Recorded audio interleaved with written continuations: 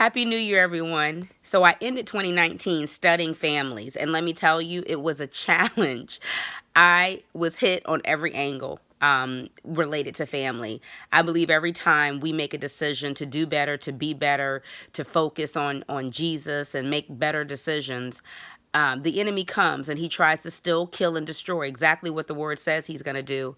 And I believe we have an obligation as people to make a decision to say, you know what, I want to do better for myself, for my family. I want a better family than I had before. I want to do better for my family. I want to break generational curses.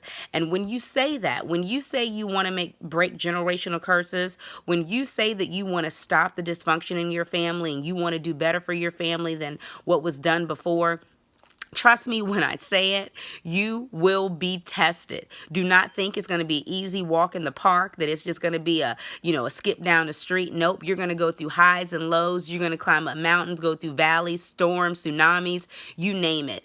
But you have to stay diligent and you have to stay true to the course, knowing that the enemy comes to steal, kill, and destroy. He does not want our families to be successful. He wants dysfunction, because if there's dysfunction in our home, if we're dysfunctional parents, then we're going to pass that dysfunction to our children. Our children are going to pass it to their families, and it's going to go on for generation to generation until someone opens their eyes and makes a decision to say, no, it stops here. I want change. And so I challenge you to say that in your today. There's no need in waiting and continuing to pass the cycle down. We have to make a decision today to say, it stops here, no more. I don't care what the person has done to you and your family. I don't care what the situation is. We have to make a decision to say, I want to do better. I want to be better. And in order to do that, it starts inwardly. It starts with our own thoughts. It starts with our own assumptions. It starts with how we feel about ourselves, how we feel about our family, how we feel about the people we're connected with, and what we want. What is our ultimate goal, and what are we willing to do to get there? We can continue to plant bad seeds of anger, frustration, continue to plant seeds of confusion, dysfunction, resentment, unforgiveness, being unloving. But all we're going to do is root up a bunch of weeds that are examples of what we've been planting all year. So if you want love, joy, peace, patience, all of those things for your family, then that's what you should be planting. You have to plant seeds of what you want to see. If you don't want to be in a family where all you are doing is arguing about every single topic, if you don't want to be in a family where you're walking around being unforgiving, where there's abandonment issues, where you don't spend time with one another, where you're not caring for one another, loving, patient, then you can't continue to plant those seeds. If someone in your family is doing that, then you have to make a decision to do something different. Or if you're the one who's doing it, sometimes we can't see ourselves because we're too close to the mirror, and we need to step back and look and say, you know what? The reason why these things are happening isn't because of the people around us, but because of the things that we're doing. If we make a decision to say that we want something better, then we have to be willing to do better. We can't control the people around us, but we can control ourselves. And I guarantee you, if you start doing things differently for you, for what you desire, the things around you will change. In spite of, you still have to be loving, kind. You still have to be gentle. You still have to be an example of Christ. And that's hard to do. That is hard to do. But if you want change, if you want deliverance, then you have to be willing to do what you need to do in order to make that happen.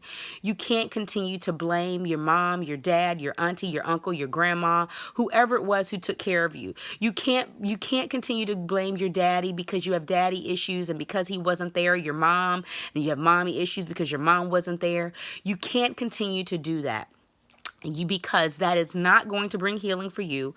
That is not going to bring deliverance. And I'm speaking to myself because I have done that. I have done that where I've spent many years blaming, my upbringing or blaming my circumstance to justify my actions. And you can do that, but it's not healthy. It's not going to resolve the issue. We have to make a decision to say what we're going to do for us in order to make things better for our family. We know that the enemy comes to steal, kill, and destroy. We know that passing down the same cycles that we had before is not productive. We know that is not what we want for our families, and our children will show us very easily on what they've been taught just simply by watching them. When you look at your children and you see how they don't communicate well, how they walk around with attitudes, how they're unforgiving, how they have a lot of resentment, how they have emotional issues, look at yourself. Look at what you have done that could have possibly caused that, and be willing to get the help you need. I am a huge advocate for therapy. I encourage people all over to go to therapy. If there is an issue, then seek professional help. Seek people who are going to help you build a strong foundation. Sometimes it's our closest people who will tear us down or cause us to believe that this is just how it is and this is just how it should be. And that's not necessarily true. We don't have to continue to live in a place of dysfunction. We don't have to continue to live in a home that's unhappy.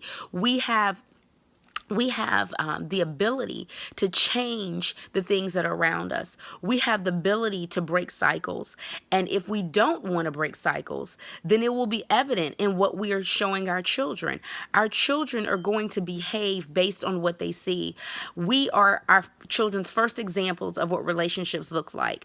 Whether you're single parent, whether you're in a relationship, whether you're married, we are an example of what our children see and how our children see family, how they see relationships, how they communicate, how they engage, all of those things. We are their example. And so if we are not being the best example that we possibly can be, then we can't expect that our children are going to do what they need to do. I challenge you today, I challenge myself, that we will do what we need to do in order to have the family that we desire. Have the family that our children desire, to be the example that we need to be for ourselves, for our children, and those around us. That we will break cycles and build bridges that are full of love, compassion, understanding, forgiveness, healing, and deliverance. You have a happy new year.